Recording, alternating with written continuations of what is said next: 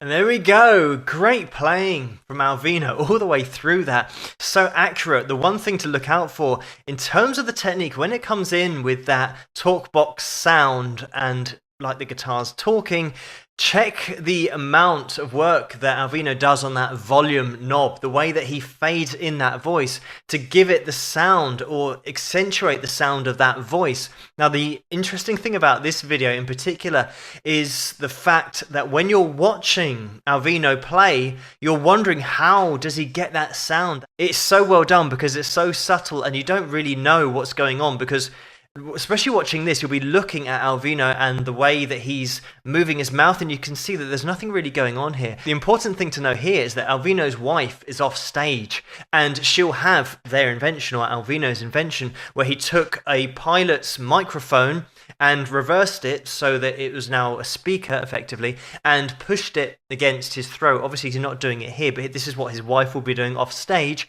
so that pushing it against the voice box means that the sound traveled up into the head, and the head is like just a massive resonance cavity, so that when you open your mouth, the sound will come out of her mouth and also a bit out of her nose like it does when you speak, but she can then shape the sound and obviously has a microphone by her mouth. So that's the sound that's being picked up. And this would have been around, like I said, 1949, so 10 years before this actual performance, but Alvino had this effect going on that early on. Now, going even further back to 1939, like I mentioned just earlier in the video, the Sonovox, this was something that you could apply to any instrument, and it's obvious when it's being used because you'll see people holding something to their neck in videos. I've seen a video actually of somebody using this, and I think it was used in a movie where he was using his voice and pairing it with all the instruments pretty much of the orchestra. It didn't matter what it was. Obviously, it was a melodic instrument. He wasn't doing it with drums or anything. But just putting his voice on those sounds, that was the Sonovox, and that was 1939. I'm talking about the Sonovox, I've just quickly queued something up here because I thought maybe people wouldn't be able to envisage what speaking with a whole orchestra would sound like. So just a spur of the moment thing, I've just quickly got the video that I was watching up earlier, and this is from a 1940 film, so 1 year after it was actually invented, and it's called You'll Find Out, which is the film. But let's have a little look, or at least a listen, to the Sonovox in action. This was from 1940. Hey, Saxes!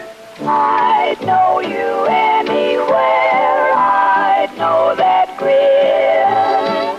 I'd know you anywhere when you walked in. I would tingle with a single glance in your eyes. So, yeah, obviously it's not guitar like I normally do on this channel, but just to give you an idea that the sound of the voice can be applied to any instrument.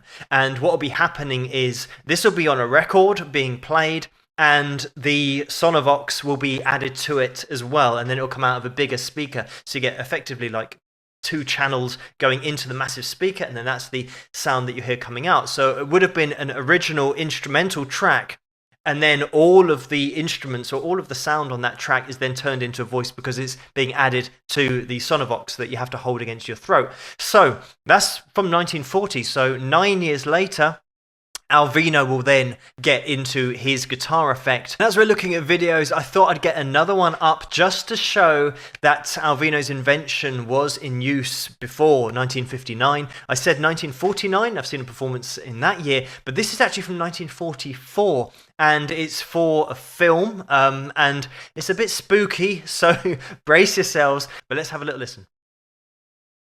I am the spirit of the St. Louis blues. I am so blue. All the day long I am blue. All the day long I am so blue.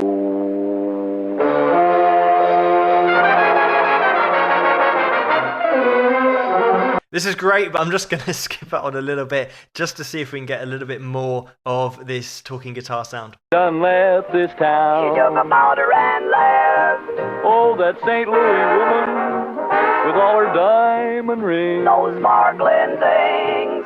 Dragged my poor heart around by her apron strings. Some strings. If it weren't for that powder and her store-bought hair. I mean, pretty spooky. This could be like a horror film or something, but you can really hear the sound of the voice and the amount of rehearsal that's got into it. Don't just think that this is just making a noise and not really playing very well and just randomly throwing things together. The way that Alvino is playing and sliding, he's sliding in exactly the right way for words in terms of the expression, and the phrasing of the words is spot on. The timing's got to be exactly spot on. Exactly when you talk, that when you go wah, just go wah, that length has got to be played and then muted on the guitar at exactly the right point, else it'll kind of go wah, and then you'll get the note of the guitar afterwards. So there's so much work that's actually gone into it behind the scenes in order to get it to sound like an authentic voice. And you know, hats off to Alvino and his wife for actually rehearsing this to the point where it is a really genuine and spooky voice, because they've got it down so well. And a bit of a history lesson, this one, rather than looking at too many guitar techniques, but it's great to see where the original technology came from, where the original invention was in 1939 with that Sonovox, and how that then moved on to the talking guitar in 1944 we have here with Alvino, and then how that turned into the talkbox in 1965, and then it started to come around in 1970, 1973, and with Peter Frampton as well, who I mentioned in a video. I've actually done a video on Peter, but you can see how it evolved, and then eventually to Richie Sambora and Bon Jovi, and then all in the 80s, really going back to see where that very first idea came from. And I know I've been chopping and changing between videos here, but it's just to give you guys an idea of how the effects sounded in 39 when it was first invented, and then how it got moved on to what we know now as the talkbox.